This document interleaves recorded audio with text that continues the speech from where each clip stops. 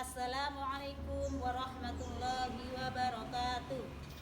Yang terhormat dosen penilai uji kinerja video praktek pembelajaran PPK dalam jabatan P3 tahun 2025. Perkenalkan, saya Siti Suwarni, mahasiswi PPK dalam jabatan P3 tahun 2025 dari LPTK UIN Wasil Kediri, sekaligus guru mapel SKI di MTS Mambaul Ihsan Mojopuro Gede, Kecamatan Bunga, Kabupaten Gresik, Jawa Timur. Pada hari ini, Sabtu tanggal 10 Oktober 2025, saya akan melaksanakan praktek pembelajaran uji kinerja pada fase D di kelas 7 dengan materi Strategi Dakwah Nabi di Kota Mekah dengan model pembelajaran Problem Based Learning atau PBL. Berikut video pembelajaran yang saya lakukan. Mohon saran dan masukan demi perbaikan pelajaran berikutnya. Sekian, wassalamualaikum warahmatullahi wabarakatuh.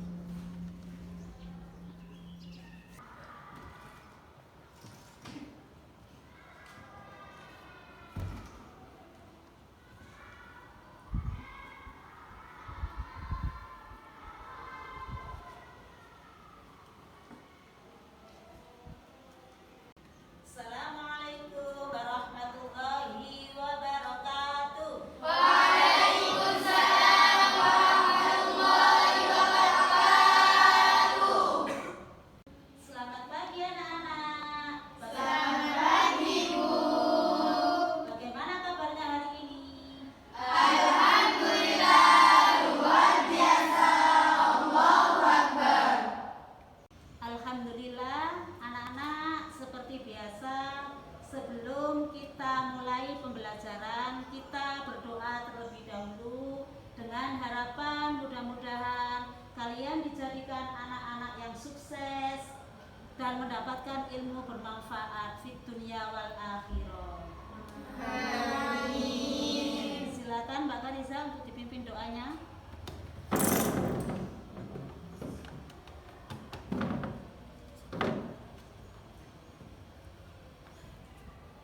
Teman-teman, marilah kita bersama-sama membaca surat Al-Fatihah. Al-Fatihah. A'udzu billahi minasyaitonir rajim. Bismillahirrahmanirrahim.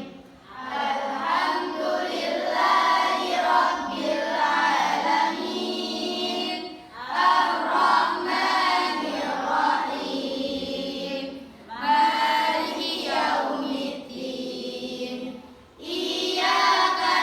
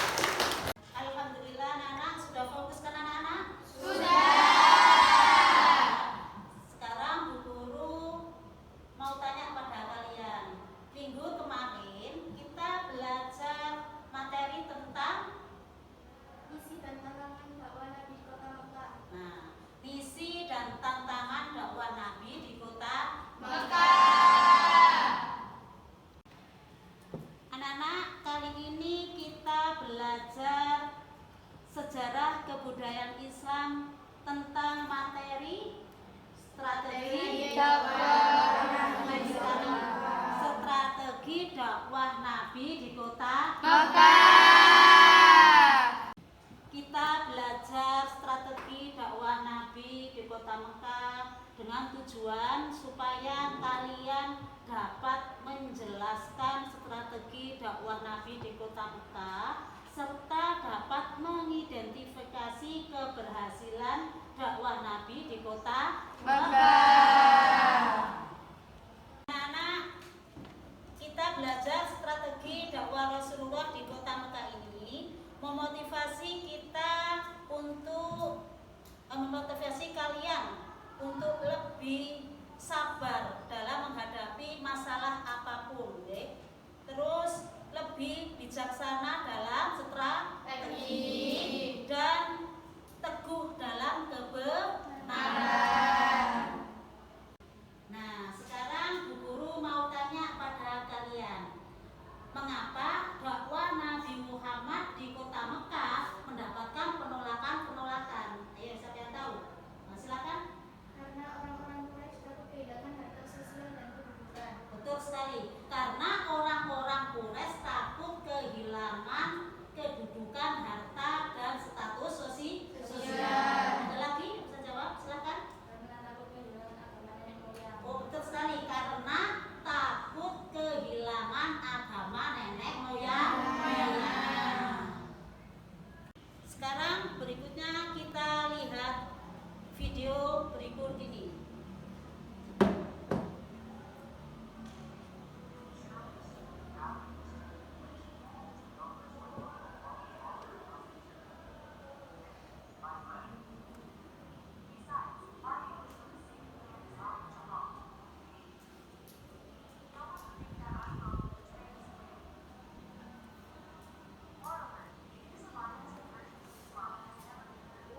Setelah kita menyaksikan video tentang strategi dakwah Nabi di kota Mekah tadi, langkah awal yang diambil atau yang dijalankan oleh Nabi di kota Mekah adalah dengan jalan strategi dakwah secara Sembunyi-sembunyi. sebagaimana berdasarkan Quran surat Asy-Syu'ara ayat 214, yakni wa anzir ashiratakal aqrabin, dan peringatkanlah kepada sanak kerabatmu yang terdekat, terutama Bani Abdul, Bani Muthalib, dan Bani Hashim. Di situ ada yang menerima, ada yang menolak secara kasar, ada yang menolak secara halus, terutama kedua paman Nabi yang menolak ajakan Nabi untuk masuk Islam, yakni Abi Thalib dan Abu Lahab. Kedua paman tersebut mempunyai sikap yang berbeda. Setelah itu, Nabi dapat perintah untuk dakwah secara terang berdasarkan Quran surat Al-Hijr ayat 94 yang berbunyi fasdah bima tu'maru wa a'rid 'anil musyrikin, dan sampaikanlah apa secara terang-terangan apa yang diperintahkan kepadamu dan berpalinglah dari orang-orang musyrik. Setelah itu Nabi melaksanakan dakwah secara terang-terangan. Nah, dakwah tersebut dilakukan yang pertama kali adalah di Bukit Sofa. Dari situ Nabi melaksanakan secara terang-terangan pelapisan masyarakat, terutama ke golongan bangsawan, golongan berbudak. Sekarang Bu Guru mau tanya pada kalian, alasan Nabi berdakwah secara terang-terangan itu apa alasannya? Tolong Putri. Untuk melindungi dakwah dari tekanan dan penindasan. Untuk melindungi dakwah dari tekanan dan penindasan. Sekali. Mungkin ada yang bisa jawab lagi, Laura? Mempersiapkan dan membina tata dakwah serta kondisi sosial Mekah yang mendukung. Mempersiapkan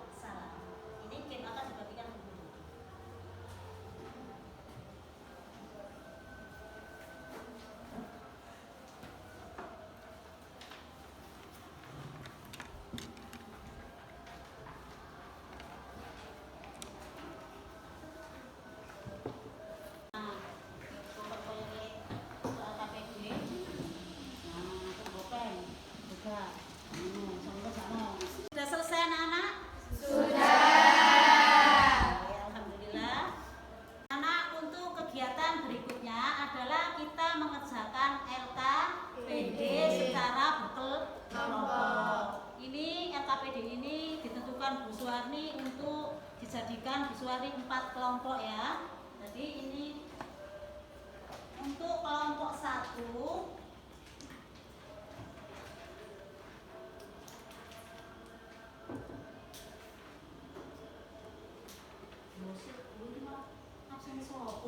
karena untuk kegiatan berikutnya adalah kita kerjakan LKPD secara berkelompok. Kelompoknya akan ditentukan guru sesuai dengan urut absen ya. Kelompok 1 Aisyah Azmi, kelompok 2 Amanda, 3 Ananda, 4 Eka, 5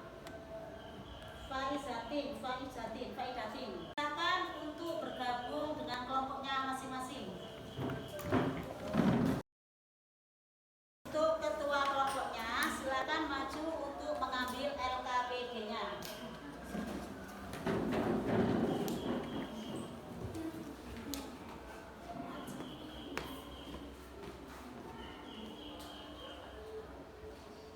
Silakan dikerjakan.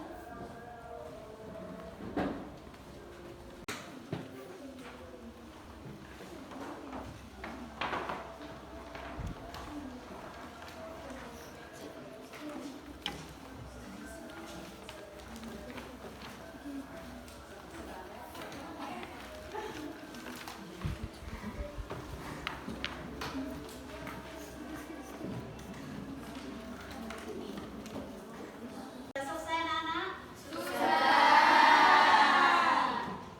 Sekarang waktunya menyajikan hasil karya kalian masing-masing secara berurutan. Untuk kelompok 1 silakan maju untuk mempresentasikan hasil karyanya.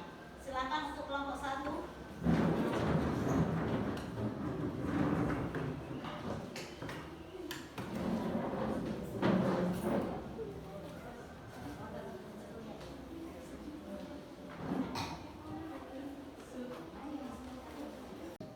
Kami dari kelompok 1 akan mempresentasikan hasil karya dari kelompok kami.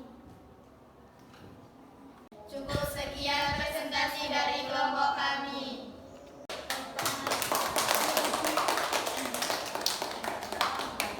Dari persentase kelompok 1 tadi, apa ada yang masih kurang anak-anak? Masih. Kira-kira diberi nilai berapa ya di kelompok 1? 70. 90. Bu Suwarni setuju 90 ya. Tepuk tangan anak-anak. Karena keterbatasan waktu, maka untuk kelompok berikutnya kita presentasikan untuk minggu depan anak-anak ya. Persiapkan yang lebih matang agar nilainya lebih baik.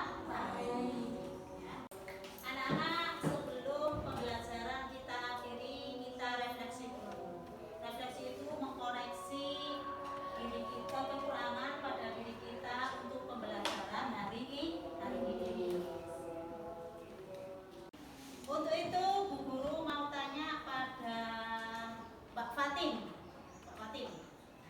Mbak Fatin, Bu Suwarni tanya, sekarang kita mempelajari materi tentang apa Mbak Fatin? Materi hari ini adalah strategi dakwah Nabi di Kota Mekah. Ya, materi hari ini adalah strategi dakwah di kota Mekah. Sekarang yang kedua, Bu Suwarni tanya pada Mbak Indi ya. Mbak Indi, Bu Suwarni tanya, apa materi yang sulit kalian pelajari pada hari ini? Materi yang sulit saya pahami perbedaan dakwah sembunyi-sembunyi dan terang-terangan. Saya sulit membedakan batas waktu dan alasan mengapa Nabi mulai dakwah secara terang-terangan. Materinya adalah membedakan antara dakwah secara sembunyi-sembunyi dan dakwah secara terang-terangan dan batas waktu, alasan mengapa mulai dakwah dilakukan secara terang-terangan. Yang ketiga, Bu Suwarni tanya pada Mbak Viko, bagaimana cara meningkatkan pembelajaran pada pembelajaran hari ini? Saya akan berdiskusi dengan teman-teman memanfaatkan media internet untuk belajar. Memanfaatkan media